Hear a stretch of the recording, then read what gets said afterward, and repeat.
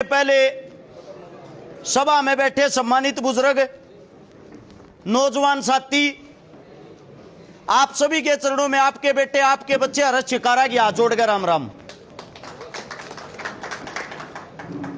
जो पीछे मेरे भाई बैठे, इतना एक कहना चाहूंगा, बतला 2 मिनट पीछे लियो।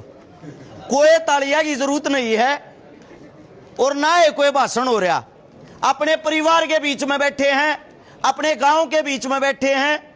मेरा मानना यह है, आप जहां भी जाओ वहां से कुछ न कुछ सीख कर अपने घर आ जाओ।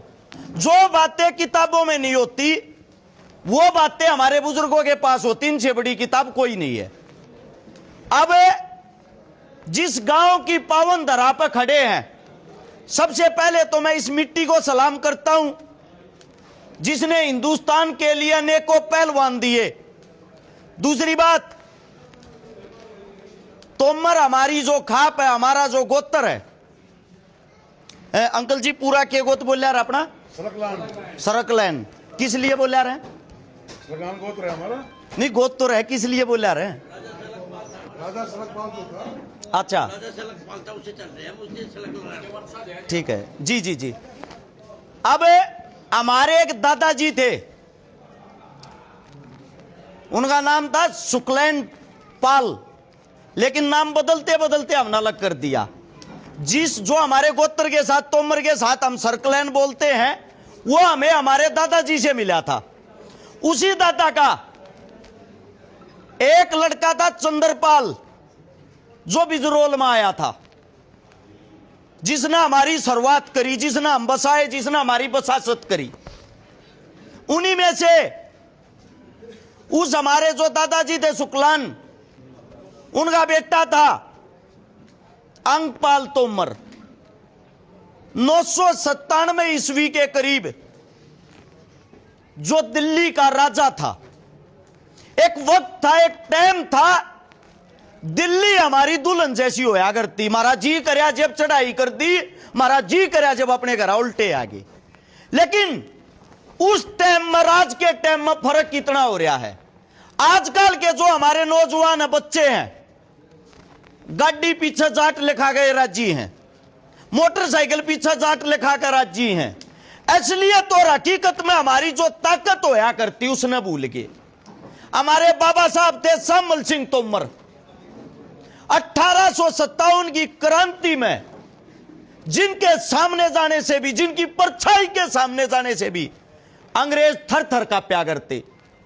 जो वो लड़ाई का वक्त था, हमारे दादाजी ने देहाती किसानों की, 36 बरादरी की, 8000 लड़ाकों की टीम बना रखी थी, जिनके पास संपूर्ण रूप से हथियार नहीं थे। उनके हथियार ये थे जो आजकल हम खेत में यूज कर रहा, कसी, कसोला, जेड़ी। इन हथियारों के साथ जिन अंग्रेजों के पास तोप थी, बंदूक थी, उनके साथ लड़ते थे। एक बारी जब दादाजी को बड़ौत और बागपत ये हिस्सा जब पूरा कब्जा लिया, यहां से अंग्रेजों को खदेड़ दिया, यहां से दिल्ली के दरबारों में जाता है अपना दादा मदद मांगने के लिए। अंतिम मुगल शासक बहादुर शाह जफर उस वक्त गद्दी पे बैठे थे। उनसे बोले, कुछ नहीं चाहता मना, ना तेरी सेना चाहती ना तू चाहता, हथियार दे दे, एकला जीत मार दूं, अंग्रेज नाम की चीज नहीं रहेगी यार। बहादुर शाह जफर ने एक बात कही, चौधरी साहब हकीकत बात तो यह है, हथियार मारे दौरे भी नहीं रह रहे। हथियारा बिना जो लड़ाई लड़ सकता होता देख ले। उसी वक्त श्यामल तोमर ने, हमारे दादाजी ने, बाबा साहब ने अपने घोड़े का एड मार के एक बात कही थी, जमींदार के तो हाथ भी हथियार हैं, इन्हीं से देख लेंगे। युद्ध के मैदान में वापिस आया। हमारे बीच से एक मुकबर ने मुकबरी कर दी और हमारे दादाजी का पता बता दिया, बिजरोल के आसपास है, पकड़ लो। उसी वक्त 200 लड़ाकों के साथ हमारा दादाजी शहीद हो गया। यह बताया जाता है बाबा साहब का इतना खौफ था, शहीद होने के बाद जब पार्थिव शरीर जमीन पर पड़ा था, अंग्रेजी अफसर जो पेड़ के पीछे छुप रहा था एक बात कहने लग रहा था, बिला देख का ही हो रहा है मर क्या गए। ये बताते हैं 2 घंटे तक किसी की औकात नहीं हुई कि देखा वो मरे आग जीव है। ये जब बात अंग्रेजी अधिकारी ने सुनी, अपनी एक टुकड़ी को भेज दिया, चलो वरना मैं तुम्हारे को मारूंगा, देख के आओ मरा हुआ या नहीं। साफ मना कर दिया अंग्रेजी अधिकारी को। ये बोले उसी की सेना, आप चाहे हमारी जान ले लो, वो बड़ा खूंखार, उसके पास नहीं जाएंगे। अगर उसके शरीर के अंदर रक्त की एक भी बूंद होगी, एक भी इंसान को जिंदा नहीं छोड़ेगा। यह ताकत थी आप लोगों के बुजुर्गों की, हमारे बाबा साहब की। और किस उम्र में?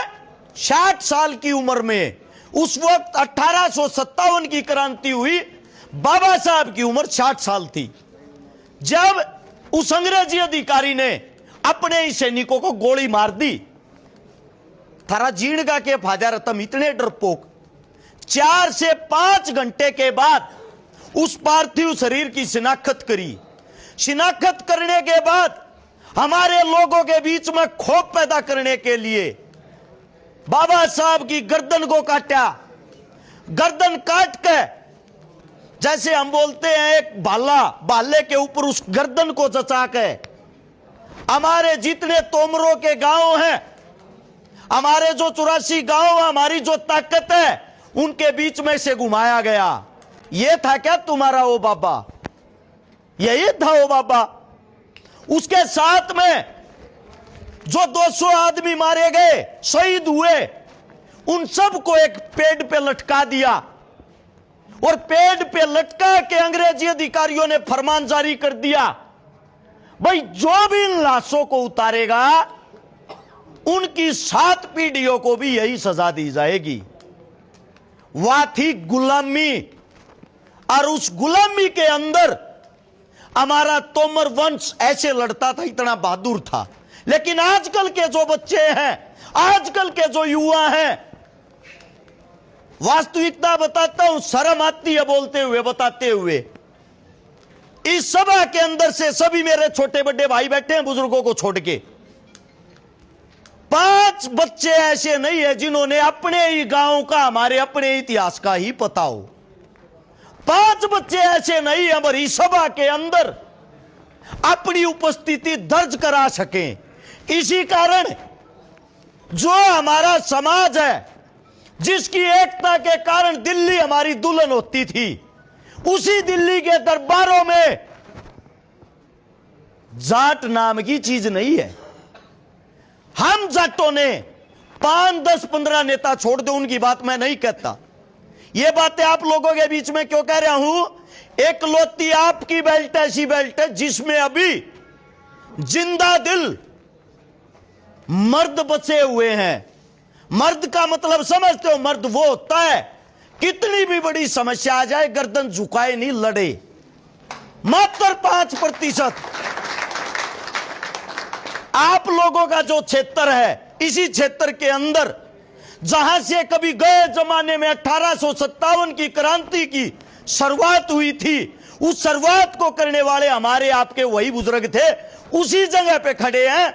मैं एक ही बात कहता हूं, पार्टी कोई भी हो, राज किसी का भी रहे, लेकिन हमने अपने कितने युवा बच्चों को नेता मंत्री तैयार किया है आने वाले वक्त के लिए। जब हमारे नेता मंत्री नहीं होंगे, सत्ता की कुर्सी पर जाकर आपके बीच का आपका बेटा, आपका भाई, किसान का बच्चा, दलित का बच्चा, मजदूर का बच्चा उस कुर्सी पर नहीं बैठेगा, तो आने वाले वक्त में आप लोगों की सुनेगा कौन? सबसे बड़ी समस्या हमारे समाज के अंदर ये है। एकलौता समाज है जो सबसे शक्तिशाली होने के बाद भी जिसके अंदर एकता नहीं है। बहुत सारे समाज ऐसे हैं, हिंदुस्तान से लेकर विश्व के किसी भी कोने में चले जाओ, अगर उनकी कौम पर कोई बात आती है, सबके अंदर एकता मिलती है। एकलौता हमारा समाज ऐसा समाज है जिसके अंदर संघर्ष करने के लिए सबसे पहले तो दुश्मन पाओगा घर का एक काका ताऊ, उस पीछे दुश्मन पाओगा गांव का कोर दूसरा, गांव तो जब हार लिकट गए फिर दुश्मन पाओगा गवांड का। हमने कभी ये नहीं सोचा। हमारी ताकत एक ऐसी ताकत थी, खाप पंचायतें हमारे बड़े बुजुर्ग पगड़ी वाले जो फैसला चौपाल में बैठ के कर देते थे, उसको हाई कोर्ट और सुप्रीम कोर्ट की काटने की हिम्मत और औकात नहीं थी।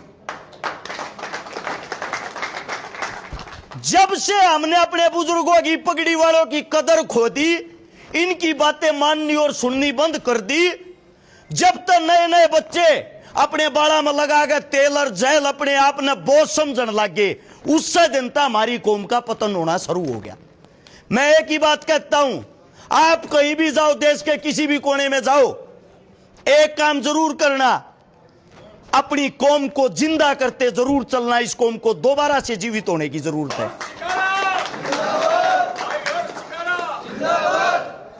दूसरी बात यह थी, मेरे को नहीं पता था प्रोग्राम किस प्रकार का है, क्योंकि यो मेरा घर है। अर्जुन जो है मेरा छोटा भाई है, मेरे मां जाए भाई जैसा है, और इसका जो पिताजी है वो मेरे पिताजी ही है।